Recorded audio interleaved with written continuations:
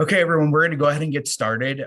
First, I want to thank everyone um, for coming to the workshop this morning and taking your time out to learn more about supported decision making and alternatives to guardianship. My name is Brandon Relaford, and I'm the Executive Director of Education here at the Point Arc. And this morning, we have a special guest with us. Someone who has championed for individuals with disabilities for over 25 years and has done so much in the community. I'm going to let her tell a little bit more about herself, but I want to introduce to you this morning Miss Laura Butler. Thanks, Brandon. Yeah, my name is Laura Butler. I work at the Human Development Institute at the University of Kentucky. I work on several projects there. One I'm here to talk about today is called My Choice Kentucky, and that is our supported decision-making project. And I'll talk a little bit more about that project later, but we're gonna get started by talking about what supported decision-making is and talk about some other alternatives for guardianship. It's a relatively small group, so if you all have questions as I go along or comments or thoughts, anything, please feel free to ask them as we go. We will have time at the end for questions, but if you have some as we go, please don't hesitate to interrupt. So, what is supported decision making? There are lots of definitions. There's a kind of a complex one that they came up with during the National Guardianship Summit last year, but this one is pretty basic. It's just using people who you trust to get information to help you make decisions. So it's asking for advice, basically. For people with disabilities, this looks a little bit more formal for several reasons.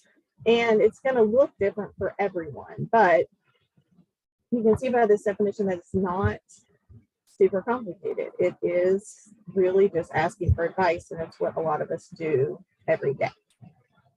So it can be simple things like asking what to have for dinner, asking about the outfit you're wearing, you're going to school, or looking for a job. You can ask for help about that.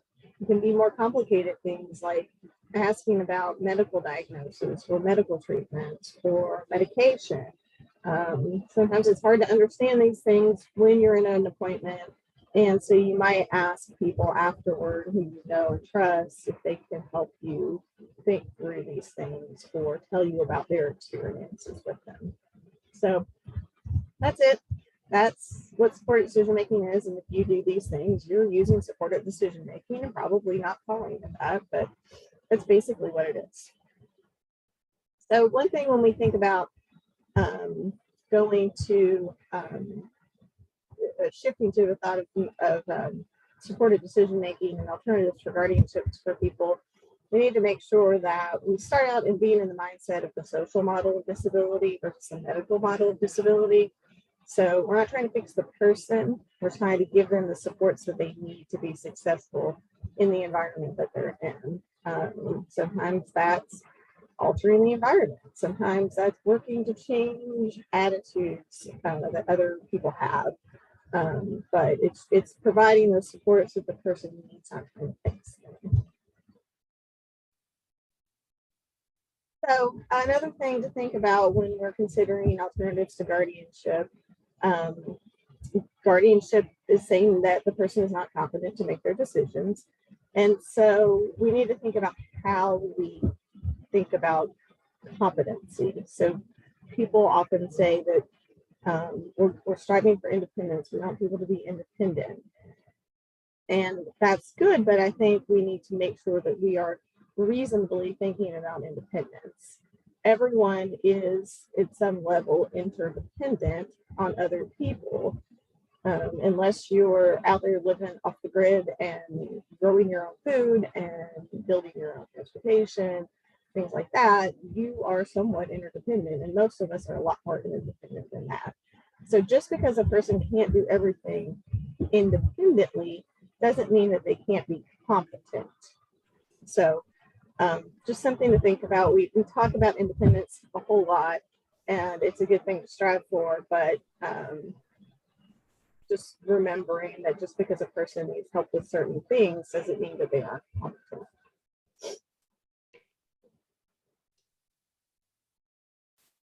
So why is supported this excuse me, why is supported decision making important? There are not a whole lot of research studies out there right now about supported decision making because it's kind of a newish concept, but at the heart of it is self-determination, which is not a new concept, and there are decades of research behind self-determination. So a couple of those studies show that people who use more self-determination are healthier mentally and physically. They aren't they're more active in their lives and interact more with their surroundings.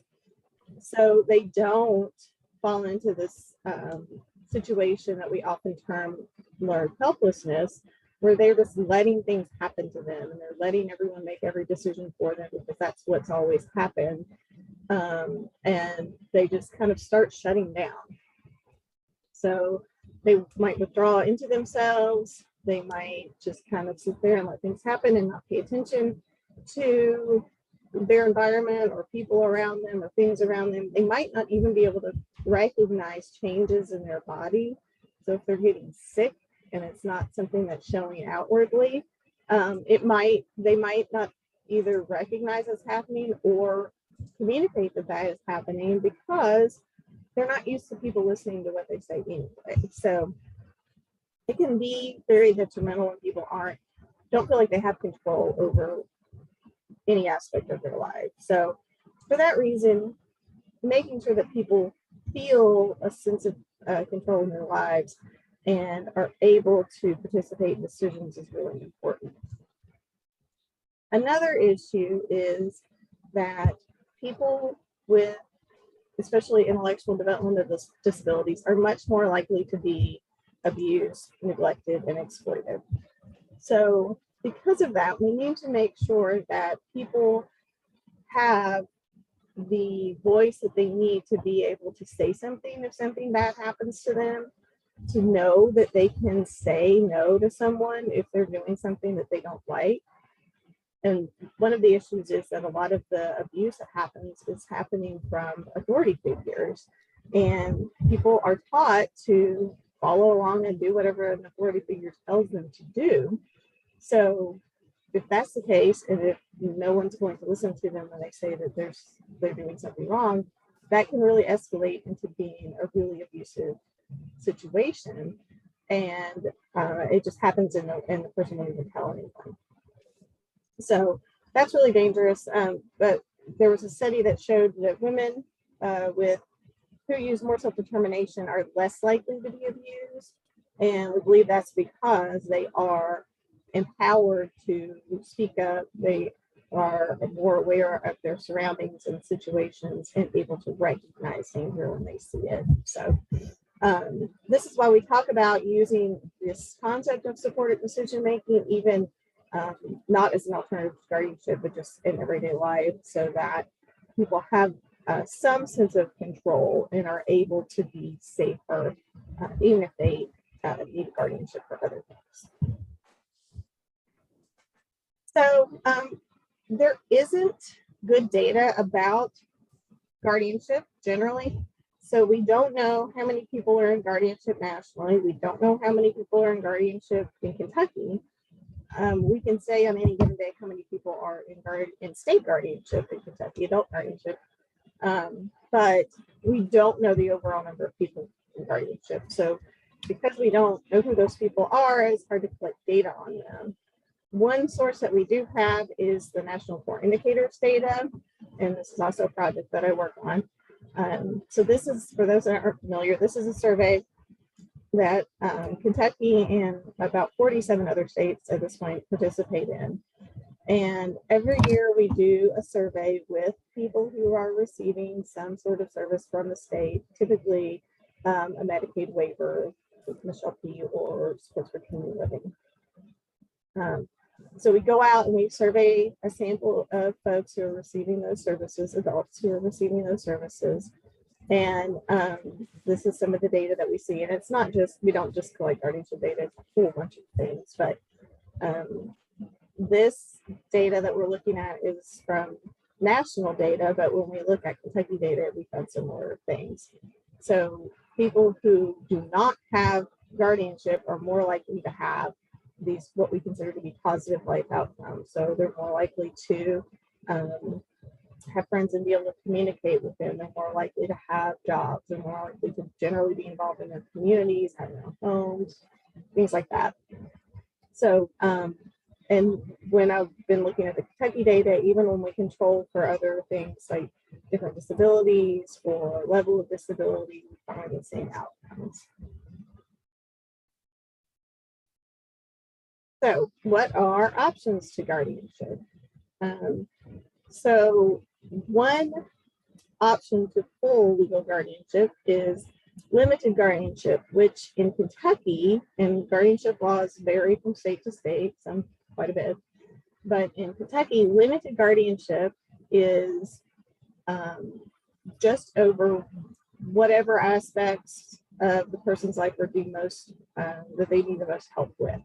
So it could be financial, it could be medical, it could be educational, whatever the judge actually determines that it should be. The nice thing about limited guardianship is that it expires after 5 years. It can be renewed. A petition can be filed to renew it after the 5 years are up. But if after the 5 years, everybody feels that the person has gained the skills they need to be able to take care of these things on their own, or with some support from other people, but not a full guardian, then that just goes away. If no other legal action is taken, then the limited guardianship should go away after 5 years. So if we think about a person who's 18 or 21, 5 years from now, they could gain a lot of life experience and a lot of skills that they need so that they can not have a guardianship. The only way to get rid of full guardianship is to go back to court and try to convince a judge that the person no longer needs guardianship. And it can be a difficult process. So another alternative to guardianship is the use of power of attorney. So the same power of attorney that anyone else would use, and the powers that the person has would be designated in that document. You don't have to have an attorney to draw this up, but I think it is helpful. Another option is representative payee. Person receives Social Security benefits, and there are lots of other financial protections with joint bank accounts or special needs trust or ABLE accounts. There are lots of things you can do to help protect a person's money if that's a concern. And I should also say that most of these can be used together. So it's not just one, these can be used together. If a person has limited guardianship, they may or may not be able to enter into a power of attorney depending on the nature of that limited guardianship. A person with a full guardianship would not be able to have a power of attorney because they would not be able to legally enter into a contract, which is what that would be. So another thing is a circle of support. We've talked about that kind of in the disability area for a while. And that's very similar to supported decision making. So it sees groups of people that help with different aspects of your life that you need help with. And these can change. So if you're talking about a young person who's transitioning out of school, they might have a group of people working with them while they're in that transition phase, and then those people are going to fade away, and there might be some new people that come into place. The person's looking for a job, they might have a group of people helping them with that, and then once they're in the job and comfortable, those people might fade away. So it's okay if the supports change as the person grows. It should change as the person achieves a goal or changes their goals. So one issue is that especially people with intellectual and developmental disabilities haven't had a lot of practice at making decisions. And there are lots of different kinds of decision makers. So some people are very decisive. They make a decision in 5 seconds, they stick with it, it's great, they're good. Some people are more deliberate decision makers, and I would consider myself to be that person. I like to know every single option there is. I like to think about it. It can be very frustrating for people sometimes when you're that type of decision maker. But that's who I am. I like to know all the options out there and think about them. And yeah, it can be a struggle. Don't want to be around me when I'm buying a car. But there are different types of decision makers. So if the person you're supporting makes decisions in a different way than you, that isn't necessarily bad. It's just different. But we do need to allow people to make decisions and experience the consequences of those decisions. And that second part is really important, because the other thing that happens is a lot of times people are shielded from the consequences of their decisions. So if it's a young person, let them make age appropriate decisions and experience the consequences of those decisions. If it's a new decision maker, start out with small decisions, and then as they develop the skill, let this, the importance of those decisions grow with them. So again, going back to experiencing what happens after they make their decision, and it may take a little bit of discussion on the part of the team to help the person see what really happened as a result of that decision. But then that's a good way to learn how to make a better decision as you're going along. Or maybe it went really well and the person taught the team that they actually are pretty good at making decisions. Another thing that can be done is to, if it's someone who is used to always coming to people to ask them what they should do, redirecting the question to them. I don't know what you should do. What do you think you should do? Let's talk about what the options are. So helping them get into the habit of starting to think through those things themselves. They might, get help to know what the options are, to know all the different angles they need to be looking at, but at least it gets them in the habit of not just waiting for someone else to tell them what to do. When you're helping people to do this, it's important to make sure that everyone knows what the person's goals are. And this is, it's really true for young people, but anybody really. So it happens a lot of times that either a family member or someone who's been supporting the person for a long time, there was one goal 5 or 10 years ago, and it turns out the person kind of changed their mind since then, but we haven't really checked in with them about that to see what they want at this point. So just making sure that we know what the goals are so that we can help them get to those goals. And then if it's either a person getting ready to enter into guardianship or a person who can have their rights restored and have guardianship, talk about what it means to have guardianship and to not have guardianship. And this can be scary for people sometimes. We've worked with some people who we really had to talk through for quite a while what it means to not have a guardian and what is going to happen with the person or people who were their guardian, or how they're going to have to be responsible for things on their own or sign documents for themselves, things like that. So it can be scary, but most people in the end do feel much more confident and empowered when they're able to make those decisions. So again, making sure that people are able to make decisions, make sure that when they're going to a meeting or an appointment, that the meeting and appointment, that the people who are running it are actually directing questions to them, or if it's supposed to be a person-centered meeting and the person's supposed to lead the meeting, make sure they're actually doing that. Might take some prep beforehand to make sure that they know what they need to do and how to run the meeting. But there's been so many times, and I'm sure you all have experienced it, where I go to an appointment with someone and let's say it's a doctor, just keeps directing the questions and comments to me, and I have to redirect back to the person who the appointment's actually for, because this is not my appointment, it's their appointment. And that's even if you need to help the person communicate, all those questions should still be directed to the person. Which leads me to making sure that the person does have a way to communicate all the time. If they have a formal communication system, make sure they have that with them. They just need someone there with them who knows their speech, or if they have they use a different kind of sign language, making sure that there's someone there who can help make that translation, because that can lead to a lot of frustration for everyone when that isn't there. And obviously there's the ability of the person to not necessarily make a decision, but to share that decision with other people.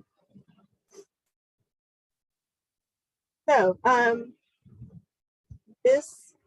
one thing I should say is that guardianship and alternatives to guardianship are not two, competing issues that are at odds with one another. So people that was at the National Guardianship Association conference late last year, and good guardians want there to be the supports in place for people who don't need guardianship. They don't want to see, bad guardianships or overbroad guardianships or unnecessary guardianships, because that honestly hurts their profession, right? So several years ago, the National Guardianship Association made a statement about alternatives to guardianship and said that they should be considered before guardianship is pursued. And they also said that if guardianship is needed, that it should be limited just to what that person really needs, and that they should be able to retain as many rights as possible. So people that work in guardianship know that there are a lot of people in guardianship that don't necessarily need to be there. So everybody wants the system to work better, and that's going to happen when it's not overburdened with a bunch of people that don't necessarily need guardians. So let's talk about some tools and resources. These are just a few I'm going to talk about. And I think it was 2015 when we started this project. There were not that many tools and resources out there, but now there are quite a few because a lot more people are doing the work. So we have a resource guide that we created for Kentucky. The Kentucky Protection Advocacy Office came up with a guardianship and alternatives book. There is a practical tool for helping decide whether or not a person needs guardianship, and I'm going to talk about that a little bit more. The ARC of the US put out a guardianship myths document, and that's meant to be a national document, so it doesn't talk about specific guardianship laws since those are state specific, but it has some, it debunks some broad myths about guardianship. There's a tool called Finding the Right Fit, and that's a web tool that you can log on to, answer questions, and it offers some support options for the person. There's a National Resource Center on supported decision making, and there's also now a group called, I'm going to put the name on, Center on Youth Voice, Youth Choice. And that is a group that focuses on supported decision making and alternatives to guardianship for transition age youth. And there are a couple of books about supported decision making now. So this is just the cover of our resource guide, and I can send you all the link to that. It is on our website, which is mychoiceky.org. I'll have that up again. I can also send you hard copies if anyone's interested in that. This is what the book from P&A looks like. So pretty nice plain language guide talking about what guardianship is, the process for having rights restored, and it talks about alternatives. Here is the document I've mentioned from the ARC with guardianship myths. This is just the front page. There are several pages of it that talk about a myth and why it isn't true. And this is the practical tool. So practical is an acronym. And it's called the Practical Tool for Lawyers because it was developed by the American Bar Association, but it is actually useful for a lot of people. Families have found this useful, case managers, educators, lots of people have found this useful. So each letter is a step in the process of thinking through whether or not the person needs a guardian. So step number one is important, and it's going to presume guardianship isn't needed. So we're starting from that point and then working through, and it's going to talk about why we're thinking the person might need guardianship. Are there other ways to address those issues? Are they temporary or are they lasting? Are they going to be around for a while? Who is around to help the person out? What resources are out in the community for the person? And then the very last letter, the L, is limit, and that goes back to limited guardianship. If guardianship is needed, try to limit it just to those areas that were identified as the areas of most need for the person. So it's a handy tool for a lot of people. It also helps if you're in a situation where one group thinks the person really needs guardian and another group doesn't.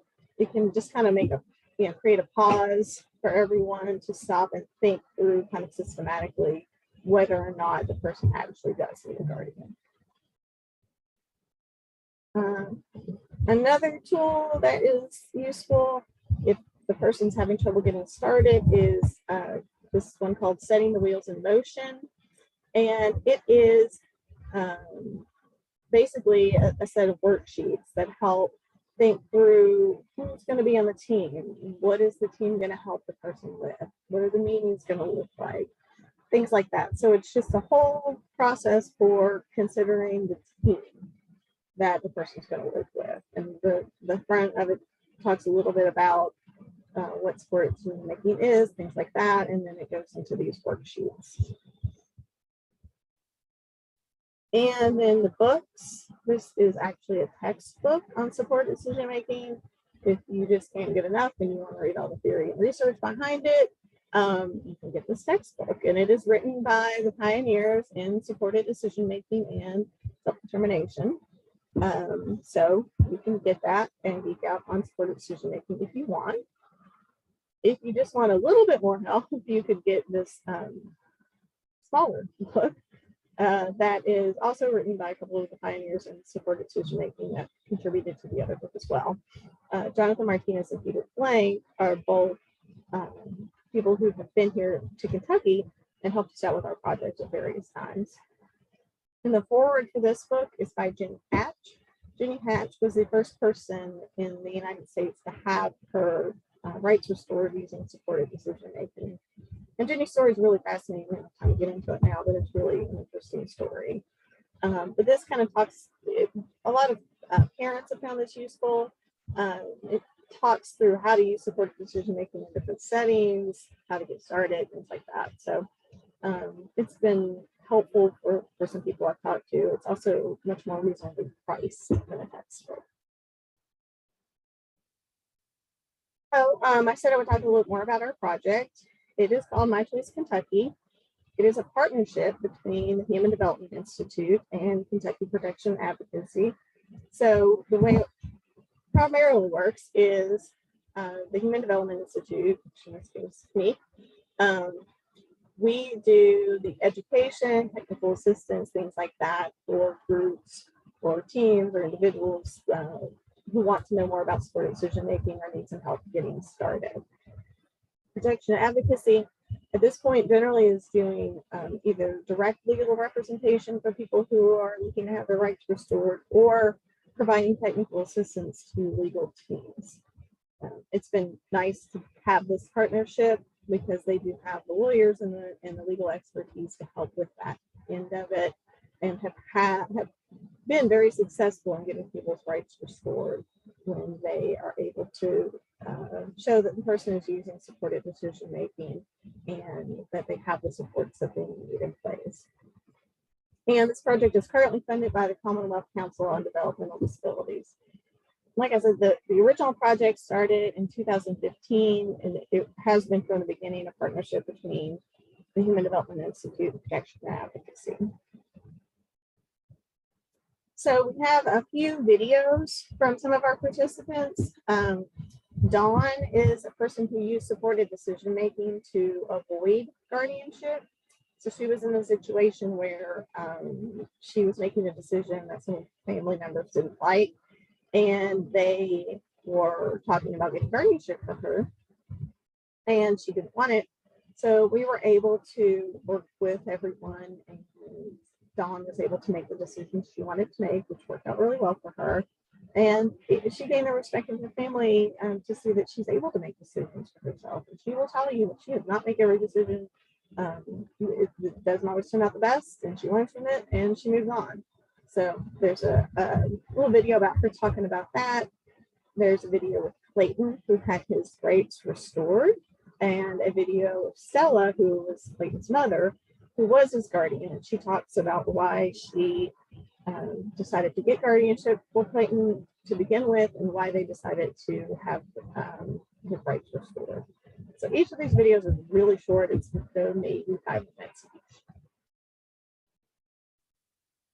So we have also done some work on the national level. A couple of recent things we have done. We had one of our participants, Judith. She was on a podcast with Judy Human. Her podcast is called The Human Perspective. And she was talking about her experiences with guardianship and supported decision making. And there were some other national experts also discussing primarily supported decision making and what guardianship can be like for people.